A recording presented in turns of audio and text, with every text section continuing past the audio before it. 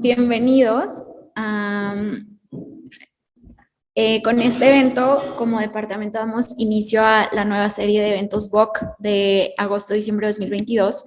Y hoy tenemos como invitado a nuestro profesor Jacopo Cozzi. Ahí está. Jacopo es líder del programa de Stylist en Instituto Marangoni París.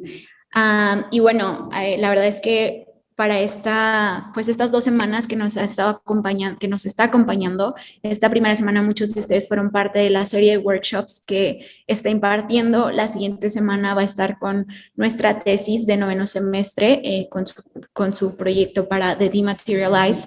Y pues bueno, qué bueno es tenerlo acá. Gracias a todos los que han estado al pendiente, los que han estado pues en los workshops, creemos que les va a ser de mucha ayuda. Y nada, welcome Jacopo. It's really good to have you here. And let's get started.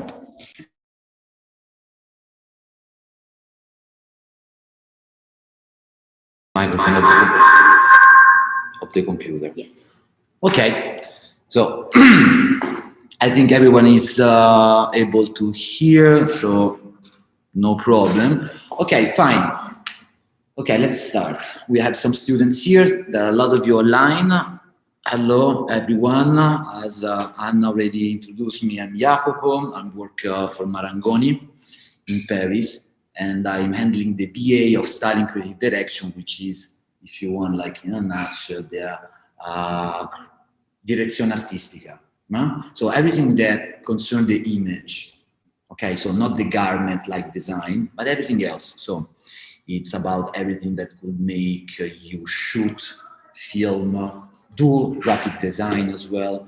And of course, like you here in CEDIM, lately, in the last 2 years, the issue of digital fashion that was already present, okay? Metaverse was invented 10 years ago, but became quite urgent to study. And indeed, in CEDIM, like in Marangoni or the university, graphic design or fashion-oriented, this thing became quite even mandatory to research on. Brand anticipated that. Here in the cover you can see is a Gucci collection called Gucci Vault. You can recognize the Alessandro Michele styling in that, also because of course each brand is targeting the same issue with his own identity. What I'm going to talk about today is a little bit, okay, divided in three main themes. One is called the Metaverse in general, and also to understand the difference between digital fashion and the Metaverse, and also what makes them close together. Because you see, in this rush to understand and be able, especially universities, fashion universities, as CEDIM, Marangoni, whatever, there was like a little bit of a confusion between what is Metaverse and what is digital fashion. Sometimes they use as a synonym, and this is completely wrong. So a little bit of that. Then there is this, say, way to interpret it, okay, of mine that is called with this weird name, the ghost in the machine. I'm gonna tell you why, and it's just like a way to interpret that. I will make also some examples coming from luxury in order to understand what is this value of fashion and how this digital fashion actually is not something super surprising, okay, the interest around that. And finally, I will go inside this video of fashion, because what I'm going to say, try to say, is not like only valuable for digital fashion, but for fashion in general. Okay, so let's enter this Metaverse thing. Now, first of all, bubble, is it a bubble? Well, it's true that there are a lot of expectation, and differently from many other things, trend, habits in the fashion world and fashion industry, is also true that these Metaverse things exploded very fast in an epoch where the actual technology is available, but only for few. It means that, you see, now differently from the 90s, we have internet, we have social media, and everything that is new is already bam, okay, put into post, website, etc. So there are a lot of people knowing something that is actually under development. So there is a little bit of hype, no doubt about this.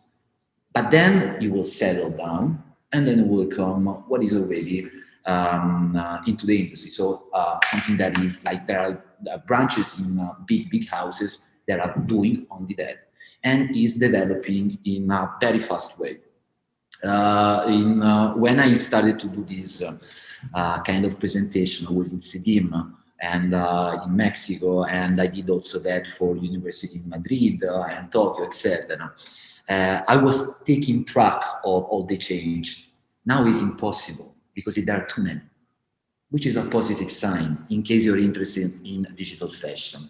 But just to give you an example about bubble here, bubble there, this is the Corriere della Sera.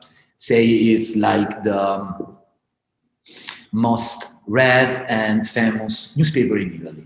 Okay, so it's like the most important one. It's like the New York Times in Italy. Okay, and that was 1997, and it was about internet. Okay, people were starting to use internet, and here, okay, you don't read Italian, but it says internet ormai in declino 5 million. This is what it means that internet, it's over. There are 5 million of websites that are dead. No one is going there. It's just for porn. It's just for scams. Okay, there is written that now people are not very interested. The hype of internet now, people don't really use it except for doing shady stuff. Okay, here we have the picture of Bill Gates. Goodbye, Bill Gates. Okay, you're a scammer, and this is not going to go anywhere. It went kind of differently, okay? But just in case you see these bubble things, you see there are like, it's strange how there are people that don't know this is the only future, digital fashion, and I say, no, this is a completely scam. As usual, the truth is in kind of between. It's not the only future, that's for sure, but it's not a bubble anymore. Just for Bitcoin, blockchain, etc. Just an example, okay, remember in the past people did that already. Okay, one of the main differences when understanding digital fashion and the metaverse is the development of internet itself. No internet, no digital fashion, of course, no? Now, do you know the difference between Web 1, 2, and 3? You that are here. Isabella, do you know it? Do you know? Kind of. Okay, let me explain. Web 1.0. Okay, Web 1.0 is the read-only web. You are too young. Even myself, I'm too young to remember that. But actually was download-only content. It means that you connect to a website, okay?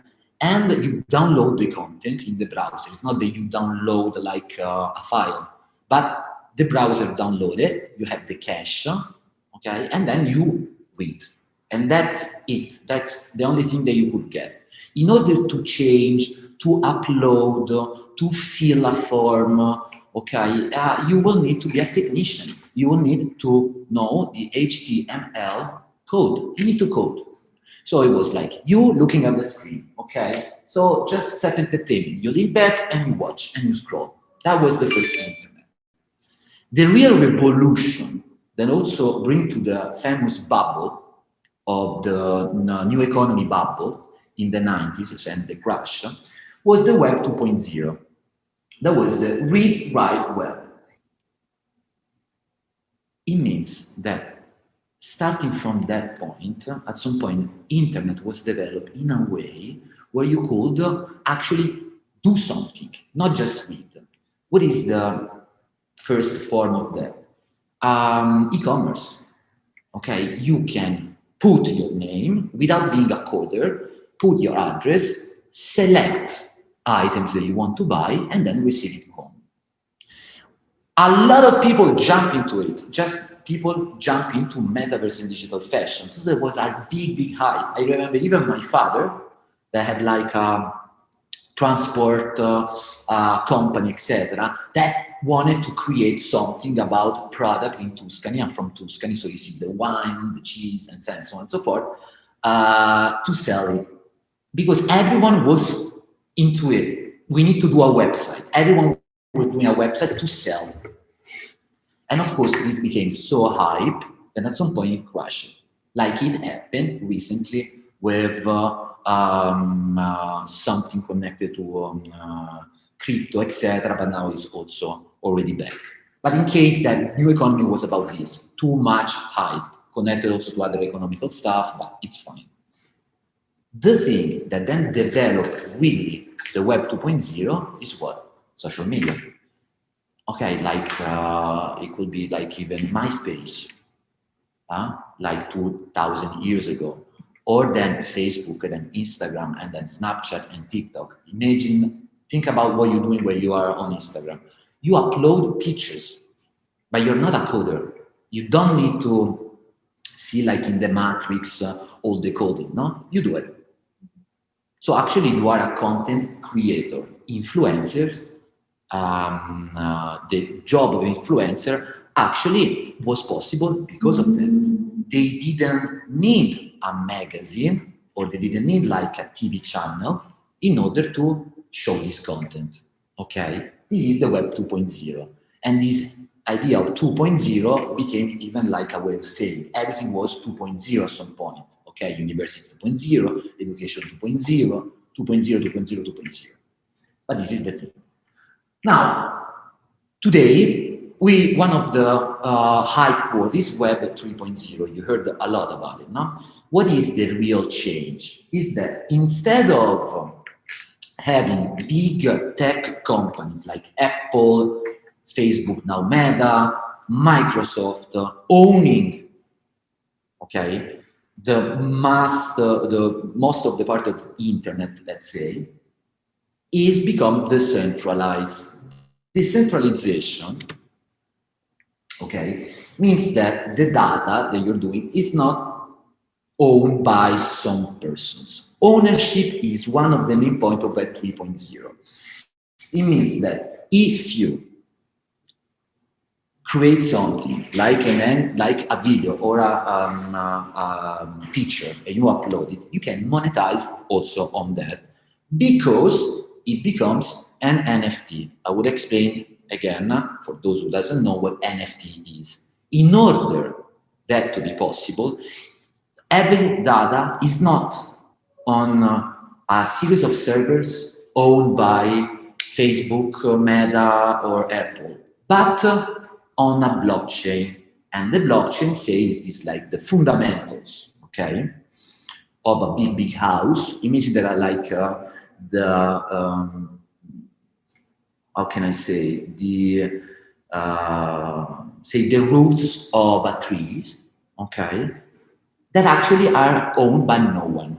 And they are validated by itself through the blockchain technology that maybe is a little bit too technical to explain. But it's very technical to explain and very, very easy to use. Okay, it looks like internet, but actually on a blockchain. Okay, Metaverse must be on a blockchain, otherwise it's a website. Digital fashion works like that. They're little piece of everything is connected to an NFT, which is a piece of code that is attached to a blockchain. There are many blockchains. The most famous one is Ethereum. And you are the owner of that. If it looks like something uselessly difficult to understand, imagine that who owns your data when you upload it on Instagram? It's you, no? It's Mark Zuckerberg, okay? When you are on internet and you have like cookies and they say, manage your cookies. No, accept everything. Okay, it's too boring to make. Is you, okay, giving Facebook, Google, whoever, the ownership of your movement on internet. This is why at some point you go on Amazon, okay, you just look for, I don't know, huevos rancheros in Mexico, in Monterrey, and at some point you are on Amazon looking for a book, and there are like all the tools to do huevos rancheros, so frijoles and this and that. And why? Where are them? No, you gave them the ownership of that. Long story short, with the Web 3.0, it's all you. Another example that could give you, when you are a musician, okay, you actually have to, in the era of the web 1.0, you need like a label in order to print the CD-ROM, the vinyl, etc. And then there is the communication. Okay. Then later you had Spotify. Okay, so I give my music to Spotify, and then I earn very, very little. Okay. But at least I don't have to have like middleman that choose my group or my voice and then invest on me. I can reach audience just through Spotify. With the Web 3.0, I don't need even Spotify, because every download of music is an NFT. Okay, it got royalties because it's tracked by the blockchain. So if I listen to it, I own it, I buy it, and then I listen how much time I want. I can even sell it to someone else, and the group got a royalty. Okay, so this is a little bit the difference. It's like the erase of every middleman and the fact that you are the owner of everything you are doing on internet, and it's a lot. This is very important, decentralization and ownership, okay? And of course, blockchain is the technology. Now, what is the metaverse? Gaming and NFT in the metaverse will constitute 10% of the luxury market by 2030. This is Morgan Stanley, no Morgan Stanley, no? Okay, that will be around 50 billions of dollars, which is quite a lot, let's say quite a lot. The word gaming is interesting because, as you could see in Web 1, 2, and 3Ds, the thing is that you are less and less asked to be a technician. Everything becomes a little bit game. This is the gamification as well. It's not like gaming like PlayStation. It's the fact that, yes, in order to learn how to use Instagram, you don't need anyone. Just like a game on a computer. It's not that you need like a guide. It's not like Dungeons and Dragons in the 70s or in Stranger Things, if you watch it. Okay, you need a master. Okay, that was the character that, okay, no spoiler. Okay, fine. Then at some point happens something, and you need someone knowing the rules. Now, to play like FIFA or NBA or even Fortnite, actually you jump into it and then little by little you earn it. It's a game. Instagram is a game. And this is what, for the one doing UX design, is the way to be friendly to the consumer, okay? User-friendly is that. It looks like a game. The metaverse is what? The metaverse is like this, say, big world platform built on a blockchain that could be like Ethereum, could be Flow, could be Avalanche, there are many. Like, for instance, Decentraland. Now, if you ever went to Decentraland or the Sandbox, you see that, I mean, in my opinion, it's not so amazing like an experience. It lacks, there is no realism, even if realism is not really the point. And it's okay, all right? But there are a lot of people investing on it. Metaverse is like this world that you enter inside that has a lot in common with digital fashion, because everything that you could buy them, it could be also digital fashion, but digital fashion is much, much larger. In order to get, I don't know, a digital piece of clothing, you don't need to be in the metaverse at all. But in the metaverse, everything you buy, everything you sell is an NFT and could be digital fashion. You see? So metaverse, for us working in fashion, is like inside the world of digital fashion. What we have right now in the metaverse is this. 4 things. I just reduced to 4 things. The first thing is make money now. So you buy or coin or NFT, collection, etc. And maybe someday, okay, we'll build something. We're going with this project, this NFT that now you buy at $2,000. Maybe one day it will be $20,000, and there you go. Okay, fine, for whatever reason.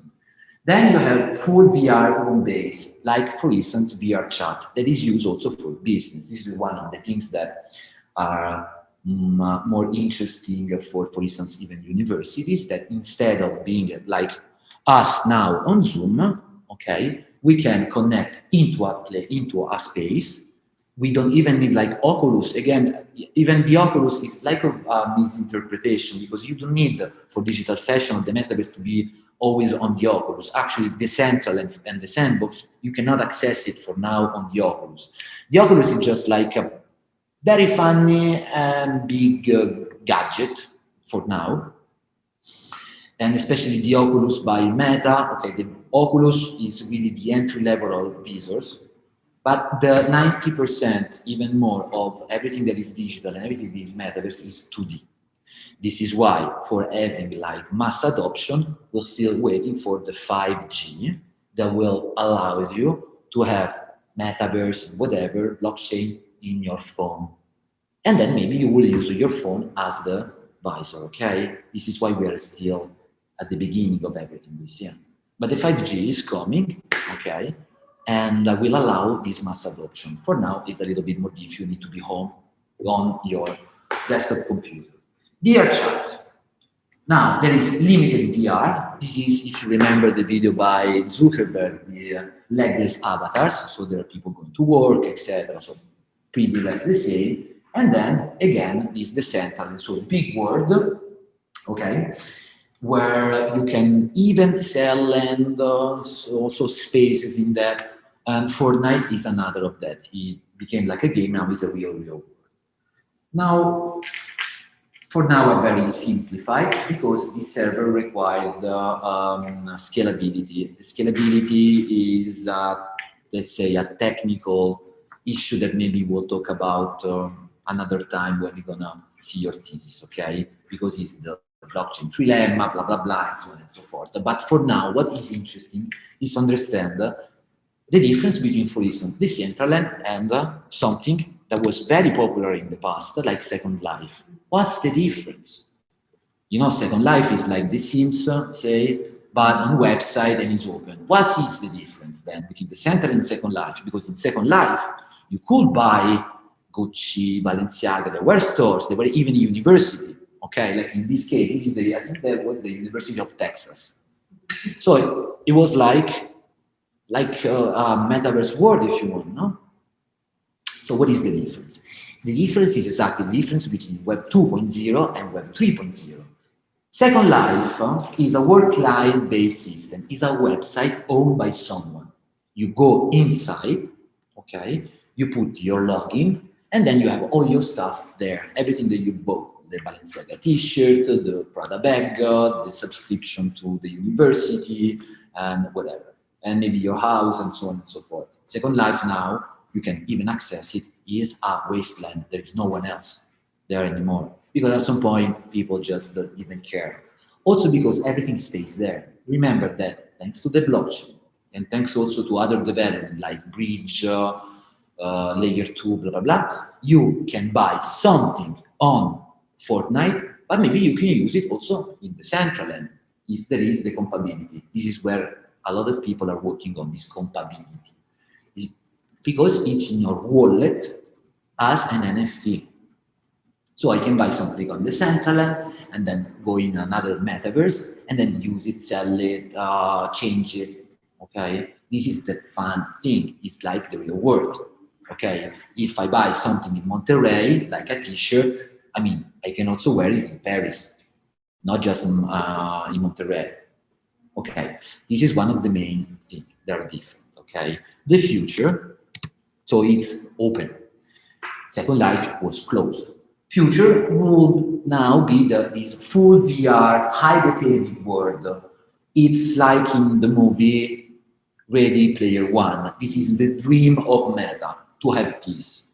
So Oculus, people there, kind of a new life, etc. Okay, could be, maybe. Not yet available, people are working on it.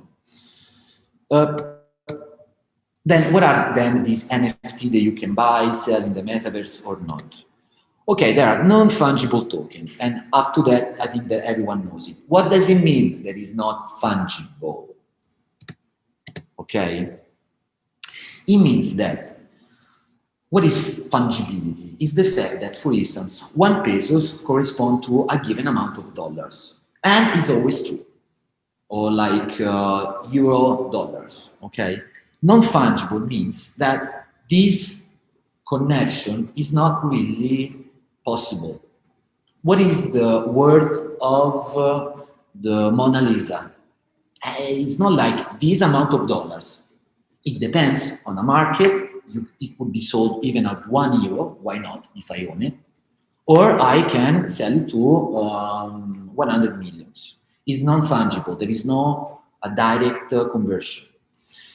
So they're unique assets. Okay, they could buy in the digital world, and they are not tangible. It means that they don't really correspond to something that you can physically wear, smell, etc., because it's digital.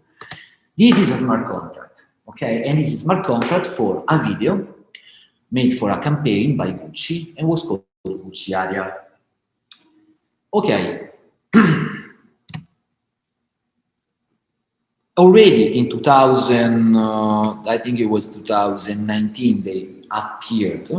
And then on Christie's, okay, this in 2021, so last year in March, you know that people sold one NFT for 69 millions of dollars. 69, and this is the NFT. Okay, of course, there is a connection, I will see, already in place with fashion, because people work with Louis Vuitton in spring-summer 19 for this collection, and also work on the game by Louis Vuitton with the game. Fine. The thing that is kind of interesting here is that why people are spending so much money on an NFT, like this one. Because if you see, this is the NFT that I put in my presentation. I went to Google, put like people, NFT, $69 million. I right click on it, copy, and then I paste it. And it's a JPEG, it's the same. What we value in that is the uniqueness of it. Take this example. What do you prefer to have? A Mona Lisa or even a perfect copy of the Mona Lisa, which is not the original. When people buy false art, they are fooled, and at some point they say, fuck, I spent $20 million for a fake Picasso. Even if it's completely the same, where is the difference? Is the original. Another example. If I give you 2 bags, Prada bags, okay, you like Prada? Okay, kind of, Balenciaga, whatever. And they are completely identical. But one is originally Balenciaga or Prada. The other one is counterfeit. But they are identical, same material, same thing. And you can choose, I mean, take whatever you want. You want the original or you want the copy? You understand, no? There is something that is over the materiality of it that we as human beings value a lot. And is the scarcity. There is only one smart contract for this, and is the original. Now, people start selling it like hotcakes last year, and everyone, like not everyone, but a lot of people were doing this kind of NFT. That is the arty NFT, the JPEG bubble NFT. They're like, yeah, no, it's true. They're like ape yacht, ape club, okay, Bored Ape Club, that actually work on the scarcity, like in luxury, the scarcity of these NFT. There are like only 10, okay? At the beginning, even the CryptoPunk could be, they were like given like a gift, okay? At some point, they start to have this value because there was interest, just like gold, girls. Why gold is so valuable for us? What is it's a piece of a rock that is kind of brilliant, and then when you take it from a river, if you warm it, you understand that this is gold and this is fool's gold or other metal, and it's scarce. Okay, it's not like everywhere. This is why, okay, it's not everywhere, and yes, we put value on it, but it is nothing valuable on it per se. Okay, caviar, it's fish eggs, it's gross, but no, it's not that gross, but it's scarce. Chicken is everywhere, so if we have like 3 chickens in the world, believe me, okay, to have like a pechuga, the pollo will be very expensive. Okay, there you go. It's the same thing, but we're gonna talk about it later. Just remember that NFT are not just pictures. NFT could be something that through the smart contract could be even the contract of your house, or could be your house. Okay, it's connected to like a rental, and you pay the rental to the blockchain. It could be an assurance, or in your case, could be a piece of clothing. Okay, but only 10. In the case of Gucci Volto, for instance, this was made by Alessandro Michele. You have this page on OpenSea. OpenSea is a marketplace where you buy those, say, arty NFT, JPEGs, collection of it. You go on that, you connect your MetaMask, you have your own wallet, you decide how many of them. What you actually doing is uploading JPEG. Then you could easily right click and put in your whatever you want, but it's not the original. Just like if a burglar break into my house, okay, and see a Van Gogh poster, he doesn't like, wow, a Van Gogh, and he take it, okay, because it's a poster, even if the poster is completely the same. But people are trying to steal NFT from wallets, like in the Solana blockchain. Now, scarcity is one of the main points. Okay, this is the collection. They are numbered. They are connected to a smart contract, and people are paying a lot of money to get them because there are few, because they are Gucci, of course, and because maybe one day they will be more valuable. Just you buying, I don't know, a piece of art that serves to nothing except for the fact that you are collecting them. So they are called indeed collectible. Okay, now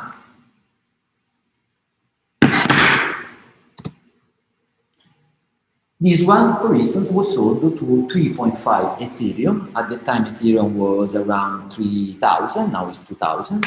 Probably will be a lot more next in the next months because there is a merge, etc. So, well, not financial advice, but it was 10,000, around 10,000.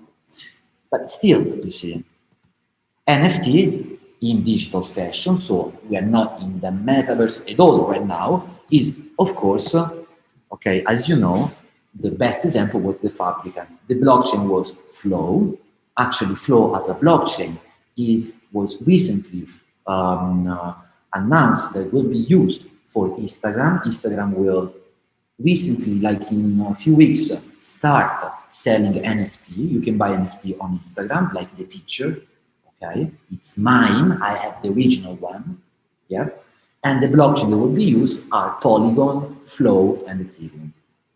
Okay, this is something that creates a lot of curiosity and in on development, and is the famous example of the first fashion NFT made by the Fabricant. Now you have,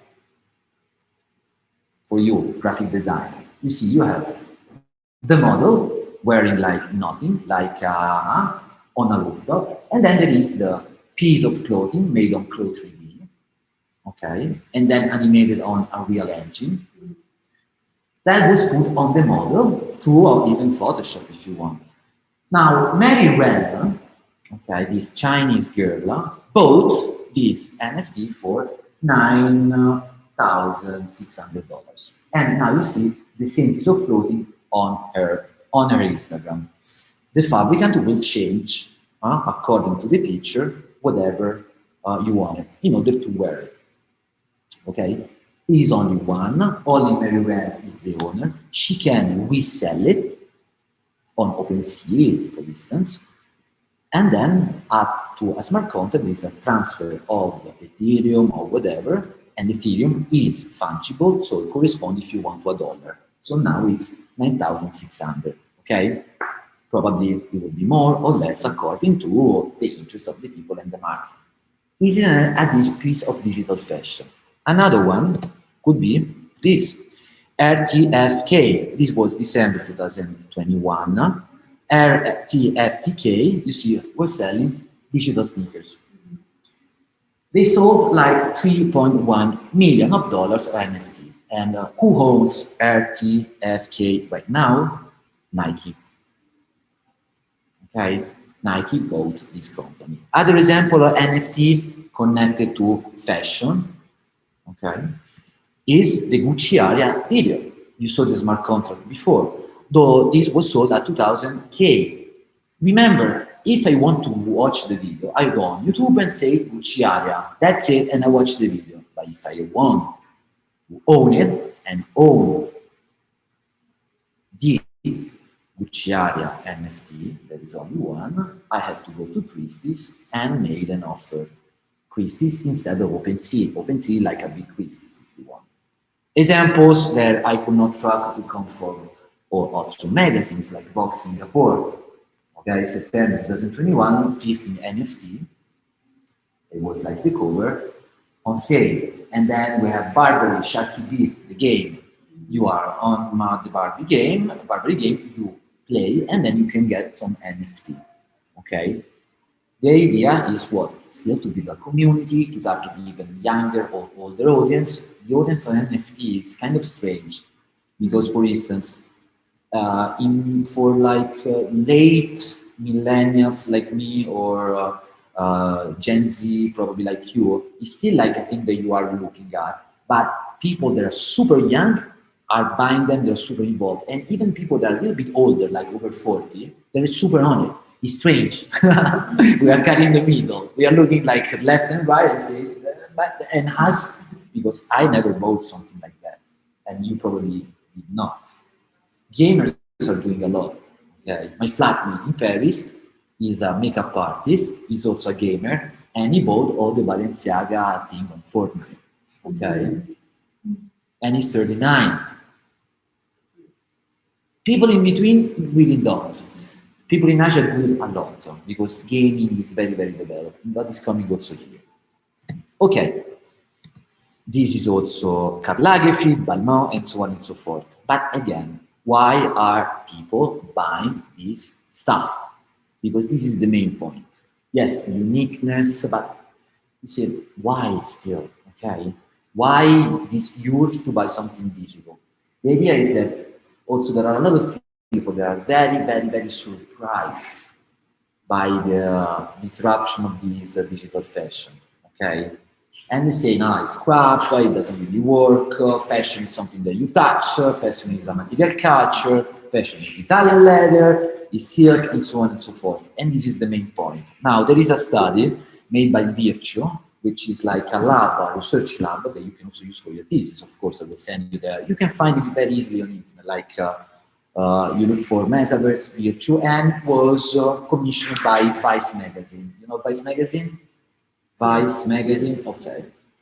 Now, that was done this year, actually 2022. So I think it was February, January, okay? So it's super contemporary. Now, they asked to a range of people, academically, the academic research was quite consistent, so you can trust it, if they have already purchased a virtual good. Okay, if you want, there is the breakdown of all the audience in the study. 82% of them said yes, in some way I already bought something that is virtual and connected to a virtual good. Interesting. Could be even a skin of for a game, no? Now, that's also interesting to see. So look, virtual purchases aligned with ERL interest. What is ERL? In real life.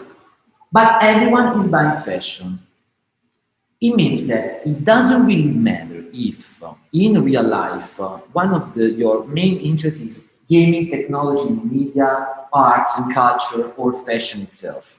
Okay? It doesn't really matter in the top three purchase list that is fashion. So of course, if fashion is one of your main interests, fashion, virtual good are in the first position. But even if you do gaming or technology, new media, or arts and culture, okay, fashion is there. Fashion is really considered the forefront of this whole digital shift. Every time Gucci does something, every YouTuber talking about crypto, etc., say Gucci did that because it's quite natural. And I will explain why it's so natural, even if it sounds paradoxical. But here again, what you're doing, studying fashion, digital fashion, is also valuable for people that are interested in gaming, technology, media, arts, and culture. Everyone that is doing virtual purchasing is buying fashion.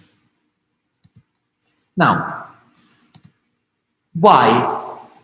They ask why to those persons. So they have like 5 reasons for people buying fashion and virtual fashion, okay?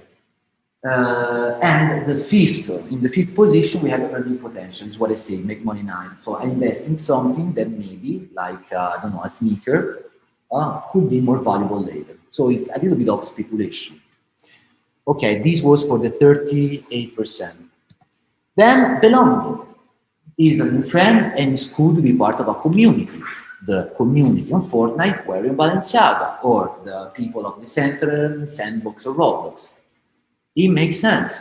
Okay, it's a community. Like I saw some girls wearing like a manga style outside of CEDIM. Okay, they are all gathered together. It's kind of a community. Okay, because they love this symbolic value. Nice. It's the same for people maybe that are gathering on the central land and doing stuff on there. Number 3, access. What is this access? Is the fact that you own a specific brand that maybe in real life you cannot afford. Because of course, okay, the point of Louis Vuitton or whatever will never be to sell a digital t-shirt at $10. Not at all. But even if it's 100, 200, 300, you can own something that maybe in real life would be really, really impossible to have. Access. Now, second is utility, because it's useful in virtual social experience. Actually, you can really wear it if you cannot, even if you cannot really wear it.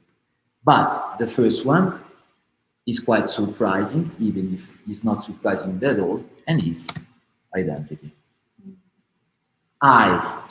Okay, the 70% of the global responder and the 80% of digital fashion purchasers, who are also Meta established, say that I buy digital fashion because it corresponds to a given identity.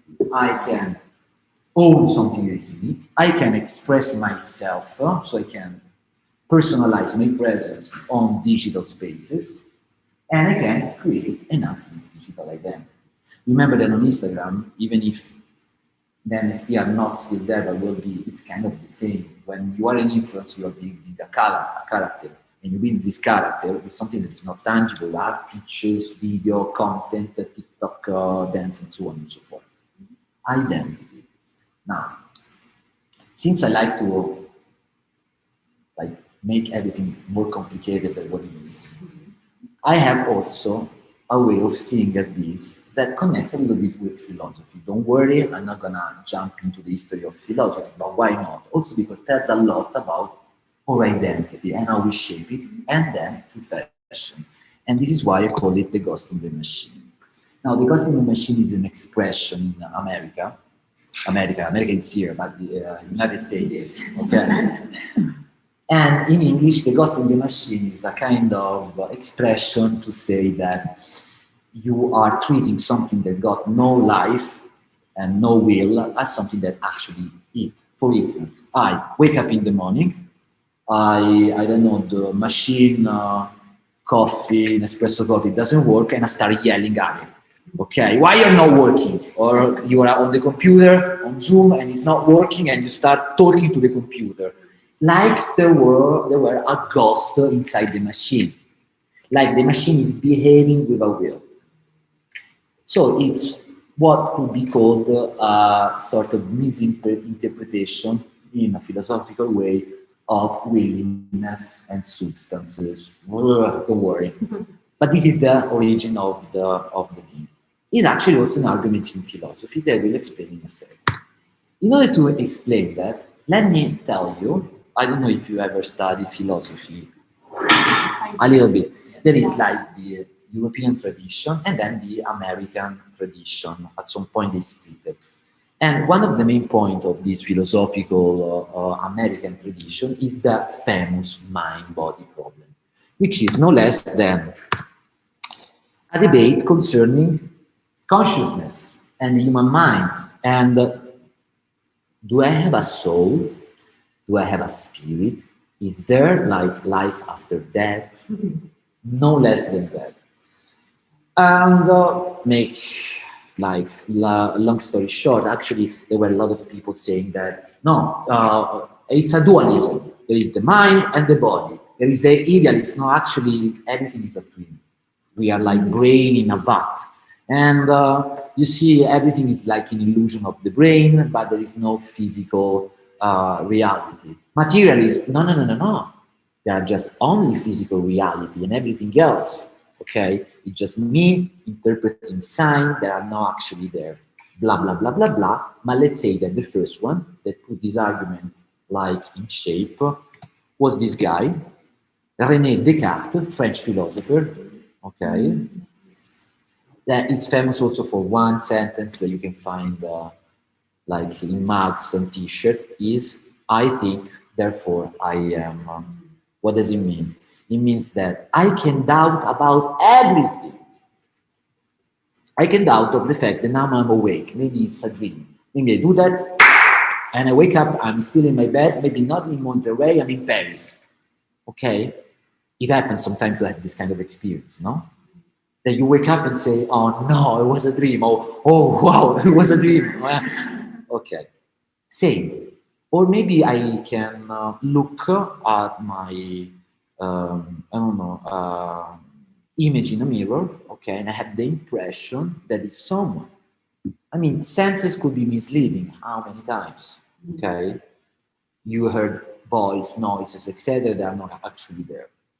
I can doubt about everything, but I cannot doubt about something that I'm doubting about everything. So I can erase everything, but not about the thing that I'm thinking every time. I think, therefore I am. So my being is proved by the fact that I'm thinking, I'm a conscious human being. That was 1641, okay? Now, he came out and said, we have a mind and we have a body. So he was a dualist. We have, you see, we are made of two substances.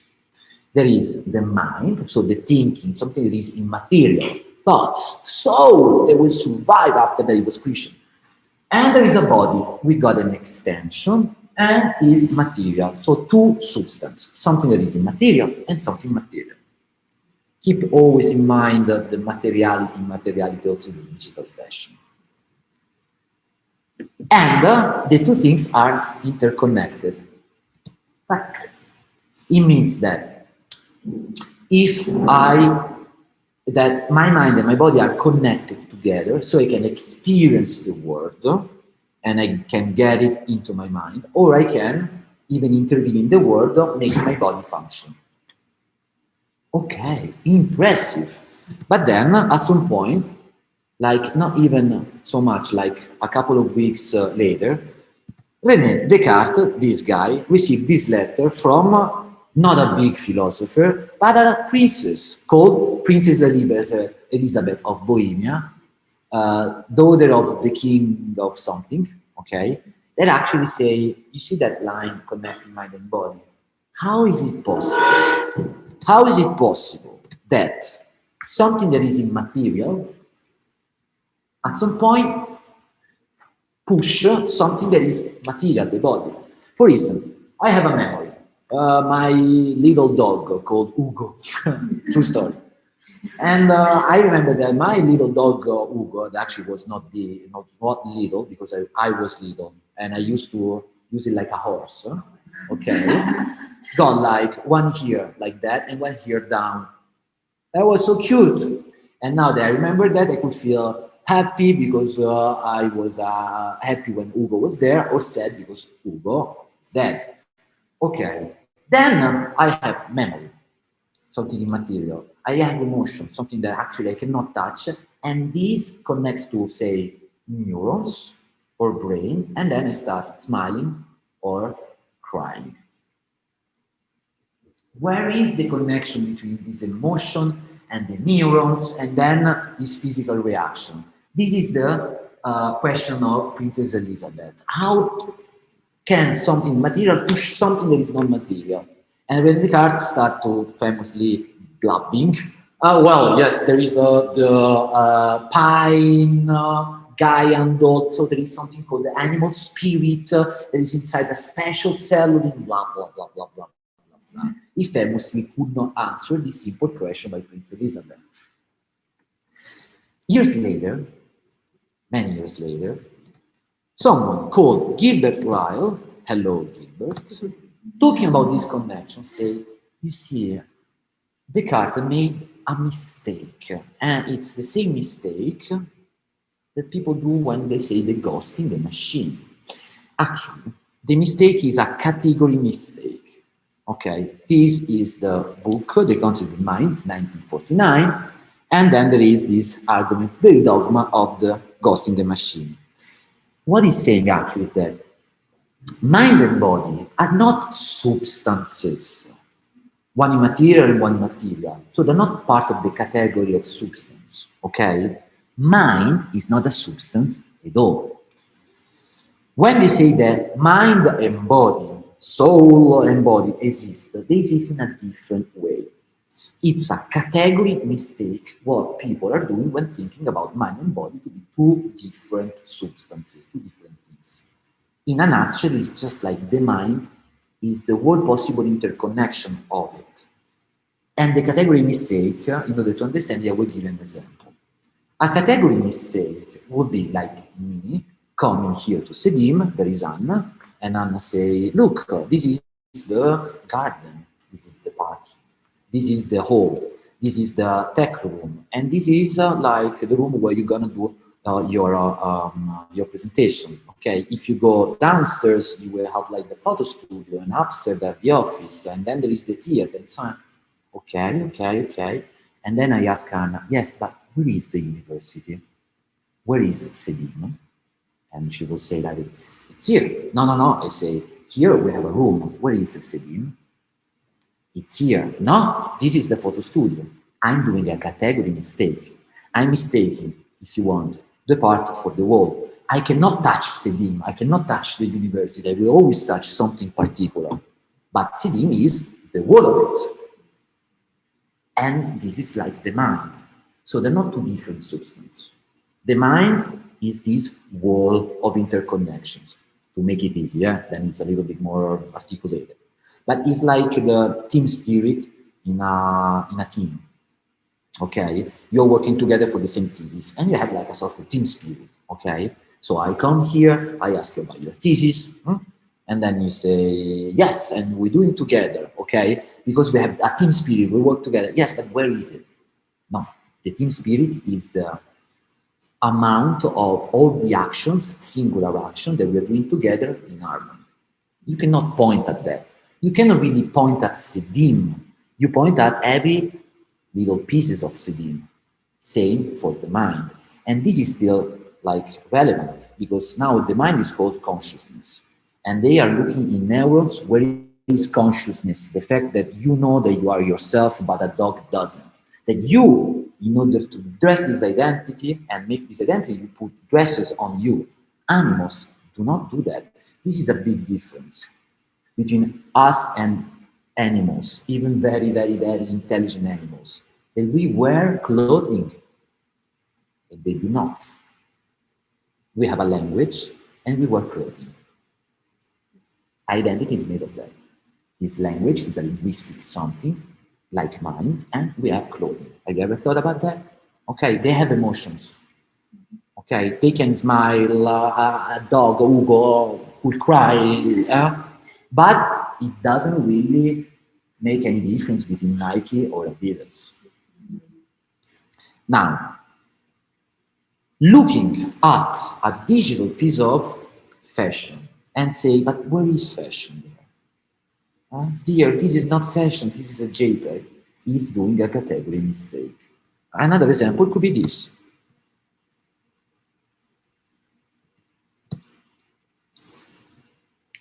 Air Jordan, and Dior. Okay, there are some little changes, like this is made of Italian leather, there is a jacquard stamp on the swoosh of Nike, but it's still the same Nike Air Jordan.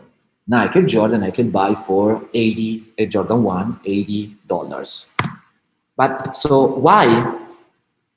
Okay, people are willing to pay at the beginning $2,200 for a pair of Air Jordan that has like nothing special material speaking, and then even later $50,000 in the stock X value because they were scarce. Dior Air Jordan were sold for 5,000 pairs for Dior's top client, etc. And then they have 8,500 pairs at this crazy price, crazy for an Air Jordan. They were sold, they were asked, they have received like requests for 5 millions.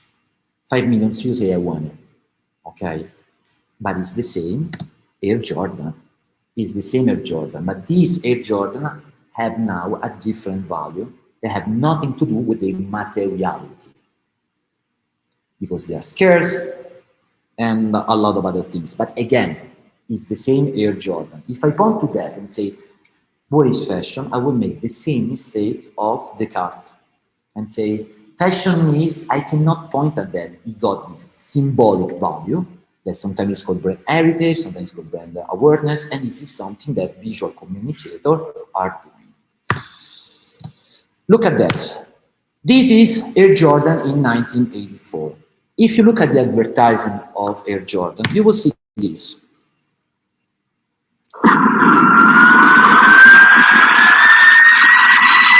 This is the first Air Jordan.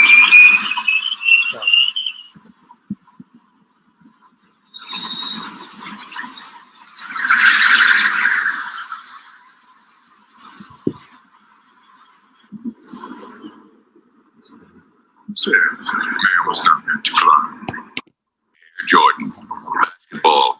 Okay, you see, this is Air Jordan 1, this is Air Jordan 2.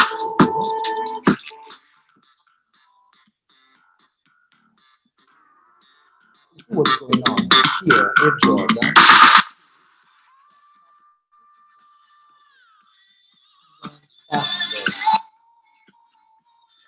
Questo dipinto.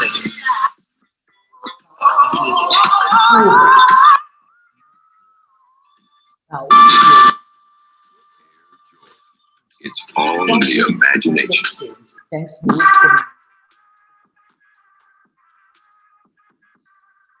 who the best player game is? Me, Mars Blackman.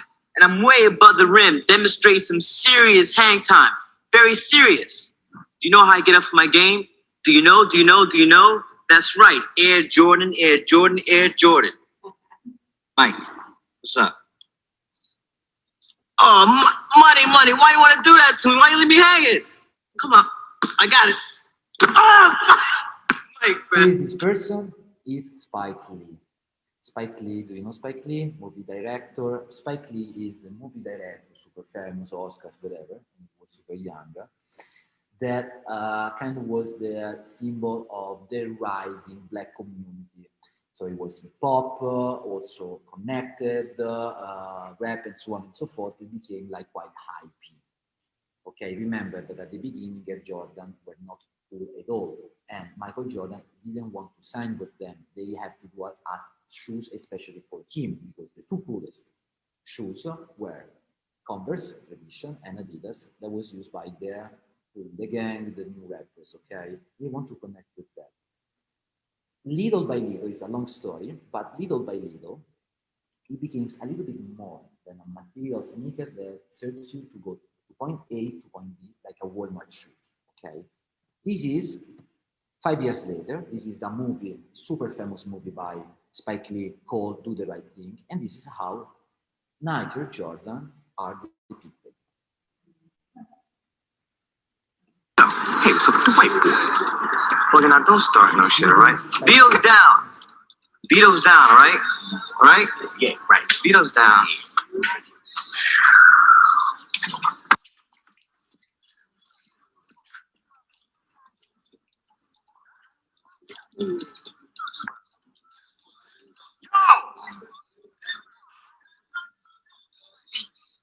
Yo!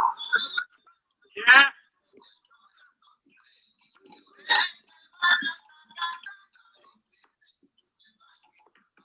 You almost knocked me down, man. What is excuse me? Excuse me, I'm sorry. Not only just knocked me down, you stepped on my brand new white Air Jordans that I just bought. And that's all you can say is excuse me. Are you serious? Yeah, I'm serious. I'll fuck you up quick 2 times. Told you. Now, what's going on here? You see all these people around, I don't remember the name of the character. What's going on? You step on the Air Jordan, like now. It's not to step just on a shoes. A new, brand new white Air Jordan. It's to step on a community, okay? A community of people against the white guy, by the way, you didn't see but wearing Converse, okay? With the Larry Bird shirt, okay?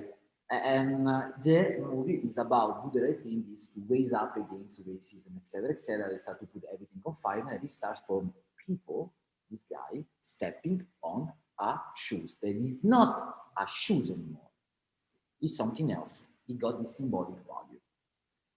You see, this is the same. Who will run or jump with shoes that actually is $10,000? I mean, I know some people. Okay, you do. But actually, it's not even a shoes anymore. The value, even if you do it, it's not like for jumping faster. It's for sending like a message. And people buying it are not really wearing it. They collect it like a piece of art, if you want. They do not function as shoes anymore. The materiality of it is not even the most important part. The fact they are like comfortable and so on and so forth. You see, what is fashion then? You see, then Air Jordan with off-white, and look at that. This is a nice example because those are the Lidl sneakers. Lidl is like Walmart in Europe, okay? And those are shoes that were supposed to go to point A to point B. Just very, very cheap shoes, like 12 euros 99, okay? And they were just there. For some reason, people, even like celebrities, rappers, etc., they were like connected to the fact they have a past where they were super rich and they would go to Lidl to buy cheap food, start to wear these. And at some point, they were completely sold out. People start to buy them, okay, like crazy in Paris, in Italy, and they jump, of course, they were out of stock, and jump from $12.99 to 12,000. You could buy them 12,000 euros, okay? Now, the point is that for some reason they start to behave again like luxury items that you don't wear because they're functional or comfortable, but for their symbolic value. And actually people start to collect them.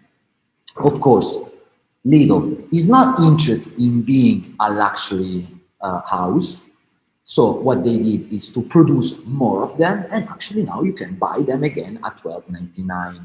Dior not, because Dior is very, very, very like a luxury house, keen to the symbolic value of its house. So you could say, well, if it sells so much, you have 5 million demand, let's sell more shoes. They didn't.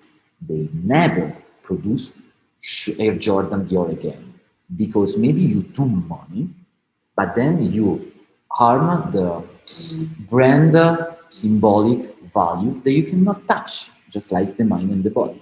So this is fashion. It's not just like the materiality of it.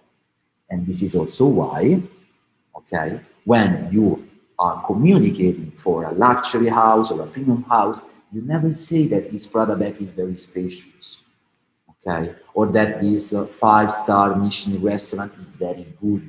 You do not go to a luxury restaurant to eat good or to eat a lot. You go there because it's a kind of experience. Okay, this is why people don't. I mean, they're kind of like stupid when they say, "I didn't go to a five-star restaurant. I spent 10,000 pesos and I eat like a little bit like that." It's not the point.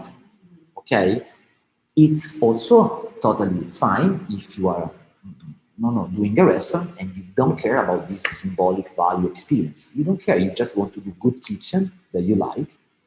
It's totally fine. But of course, I mean, it should be something consistent. Same goes here.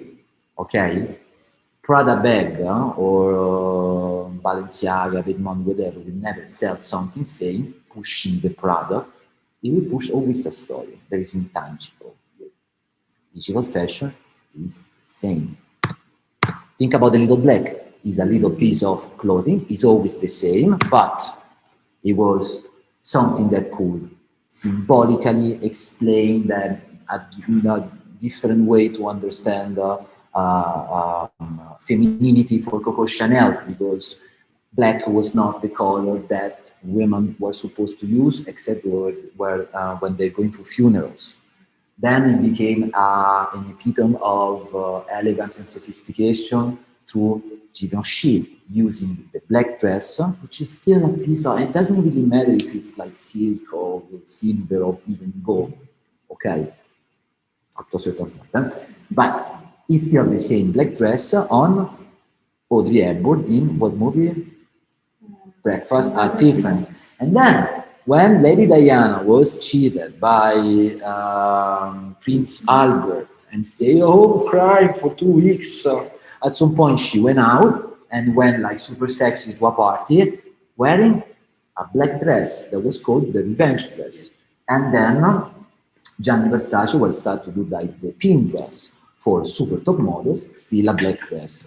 So you can do whatever you want with a black dress, especially when you're doing also research. You can take it as symbolically, okay, explaining something about the 90s, the 70s, the 90s, mass market, celebrity, politics, feminism, okay? And it's still the same piece of cloth, actually. It's the symbolic value that really changed. Think about Vetements then, okay? Vetements is doing what, actually? Vetements is not even built on the material, okay, because it's not really true. Because actually, if you touch Vetements and you look at it, it's full of details, it's super well made, but they're never saying this. Everything that made Vetements what Vetements is, and is like the idea of them, that is also, of course, now at Balenciaga, is to only work on the symbolic value and they play with culture. Okay, look at this one. Okay, it's my birthday and all I got was this overpriced hoodie. Okay, from Vetements, because it is overpriced and still is a hoodie made of cotton. Okay, but it's everything else. This symbolic value put on then in display with popular culture. Okay, just like in the typical Vetements move, playing with logos. So, to wrap it up, don't be surprised by the digital fashion interest and do not be challenged by the people that say, but this is not fashion, because actually fashion is made of something that is not tangible. And people that say this is not fashion, they're doing category mistakes, like in the mind-body problem, okay? There is a body, there is something that is really made, and this is important, even if in luxury is given for granted, the fact that it's the best quality possible, and then it's of course sustainable, because quality is sustainable, no? But actually what makes Louis Vuitton, no? Or Dior, Balenciaga, and especially Vetements, is something that you cannot touch. And this is why you can transfer the symbolic value into something that is digital very easily, but kind of easily, okay? But do not be surprised. People that say it's not fashion, they say, okay, give me like your, I don't know, Givenchy bag and point me, okay, take the finger and tell me where is Givenchy here. Okay, it's an Italian leather. So there are a lot of things that are Italian leather. I went to a little market in Centrito. It was in the morning. There are a lot of people selling like beautiful things, handcrafted, etc., with leather, etc. But it's not luxury. Okay, it's not luxury because luxury is something that you create with time, heritage, etc., working on the symbolic value. All those beautiful little objects made with quality and a lot of time by people that like do that, they are super quality, but they're not luxury because that luxury cannot be luxury. It's built on this image, okay? It's built on this heritage, etc. Okay? Now, the only thing that you need to understand and remember is never that digital fashion now is the future and will be the only future. Because it's not. It's not the only possible way. It's something that will add the possibility to express this intangible value. That is fundamental. So if Web 1.0 could a little bit correspond to classic luxury, so the establishment, something that you only could look at, like for instance the Birkin bag, the Rolex, this super luxury that is like very object oriented. Web 2.0 kind, in my opinion, if you want to have a parallel, resembles to the disruption of streetwear into luxury. At some point, all the creative directors came from streetwear. Virgil Abloh, Matthew Williams, Alessandro Michele. I mean, if you look, the collection is there. Even Kanye West, if you want. Okay, then now street was built on community, and this is when brands start to use also social media to do content. But the fact that now streetwear is in luxury and was not luxury at all doesn't mean that there is no more Rolex or Birkin bags. It's something that is with them. So if you think about decentralization, Web 1.3, take digital luxury, which is still scarce, just like Air Jordan, it's never like millions of it, as a possibility that align with everything else. Okay? Hermes NFT will never replace the Birkin bag. They are with it. And the way Hermes is avoiding them is very blind. They just need to try to find a way to develop this value to these digital spaces. And what they need to do that, okay, no other thing. So remember this, and then I'm gonna finish. I have some more slides, but we're running out of time a little bit. Is that fashion is both material culture and the symbolic system. What made fashion what it is, and not like just clothing that you wear your naked body, is the symbolic system. Digital fashion, okay, is the non plus ultra realization of this symbolic system on a digital world that got also visual trends, but is luxury by definition, okay? So don't be fooled. It's not the only future, but it's not abandonable. Okay? Thank you very much. Awesome. Thank you. Awesome. Thank you, Jacopo. Thank you everyone for joining. Gracias a todos, gracias a pues también Instituto Marangoni y todo el equipo que han sido parte pues ya de CEDIM. Ha sido increíble colaborar con ellos, así que bueno, pues gracias a todos por unirse y recuerden, Jacopo va a estar por aquí en los siguientes días, así que si por ahí lo ven en los pasillos, no duden en acercarse, hacerle preguntas, a absorber todo lo que el conocimiento que trae y bueno, aprovechar que está de este lado con nosotros, ¿no? Gracias a todos, que tengan bonito día. Thank you, Jacopo. Chao. Bye. Chao.